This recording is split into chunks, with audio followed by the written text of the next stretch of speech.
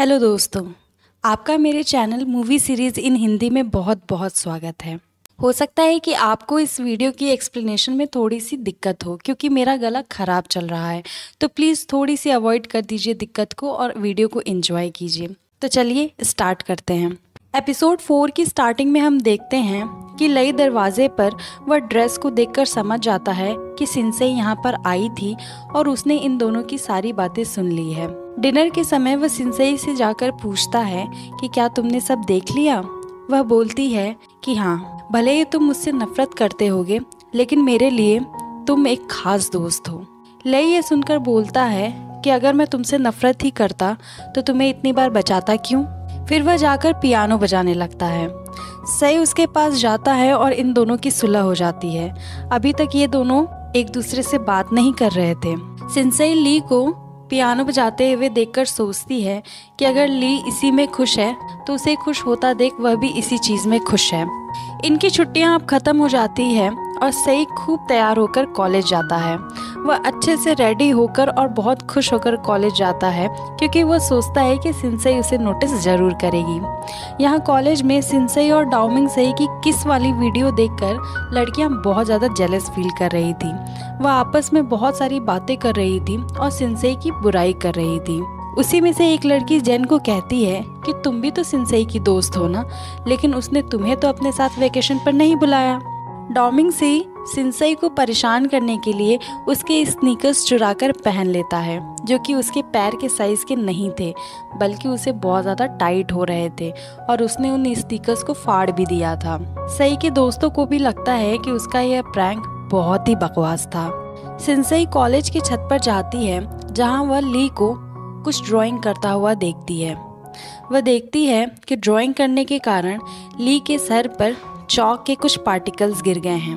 वह उन्हें अपने हाथों से हटाती है कि तभी वह दुष्ट लड़कियां जो उससे जेलस फील करती थी उसका वीडियो रिकॉर्ड कर लेती हैं और वह वीडियो जाकर सई को दिखाती हैं।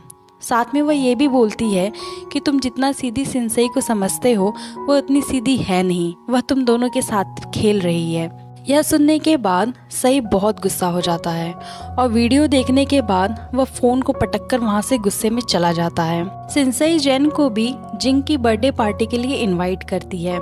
यह सुनकर जेन बहुत खुश हो जाती है और बर्थडे पार्टी के लिए वह एक नया ड्रेस खरीदने की सोचती है।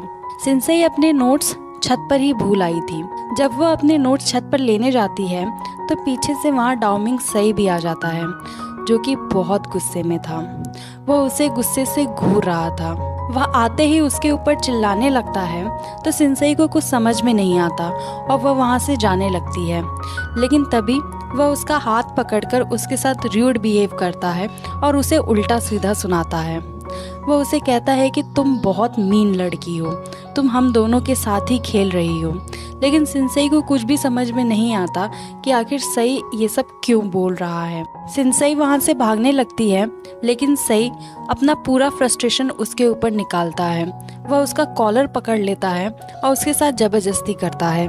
उसके इस रूड बिहेवियर से सिनसेई बहुत ज़्यादा डर जाती है और घबरा जाती है। वह वहीं पर रोने लगती है। उसे रोता देख सई को थोड़ा बुरा लगता है और तब जाकर वह थोड़ा शांत होता है। सिनसेई सई के इस बिहेवियर से बहुत ज़्यादा अपसेट थी। अगले दिन वह सई को देखकर अपना रास्ता बदल लेती है। उसे समझ में नहीं आ रहा था कि आखिर सई का ऐसा कंफ्यूज्ड बिहेवियर क्यों है। पहले तो वह उसे परेशान करने के लिए उसके स्नीकर्स पहन लेता है और दूसरे ही पल वह उसे मारने के लिए भी आ जाता है। शाम को सब रेडी होकर जिंग की बर्थडे पार्टी के लिए निकल जाते हैं। जेनपी एक एक्सपेंसिव शॉप से इंस्टॉलमेंट पर एक बहुत ही एक्सपेंसिव ड्रेस बाई करती है। पार्टी बहुत ग्रैंड थी जहाँ पे बहुत सारे वीआईपीज आए हुए थे। वहाँ भी सिनसेई सई को देखकर छुपने की कोशिश करती है। इन दोनों के बीच में उस दिन के इंसिडेंट के बाद एक इमोशनल खिंचाव था, इसीलिए ये दोनों बहुत ही ऑकवर्ड फील कर रहे थे। ली भी बहुत खुश था क्योंकि वह जिंग को उसी के बर्थडे वाले दिन इसी पार्टी में प्रपोज करने वाला था, इसलिए वह भी बहुत खुश होकर अच्छे से रेडी होता है। जेन भी वह एक्सपेंसिव ड्रेस पहनकर पार्टी में जाती है लेकिन गार्ड्स उसे रोक देते हैं क्योंकि उसके पास फॉर्मल इनविटेशन कार्ड नहीं था। वह सिनसेई को कॉल करती है लेकिन सिनसेई का फोन डेड हो गया था। जेन बहुत ट्राई करती है अंदर जाने का लेकिन गार्ड्स उसे भगा देते हैं। वह काफी देर तक सिनसेई का वेट भी करती है। बाद में जब सेंसेई अपनी एक फ्रेंड के फ़ोन से उसे कॉल करती है तो जेन बारिश में भीग रही होती है। वह सेंसेई को झूठ बोल देती है कि मुझे कोई काम आ गया है और मैं नहीं आ पाऊंगी, तुम लोग मज़े करो।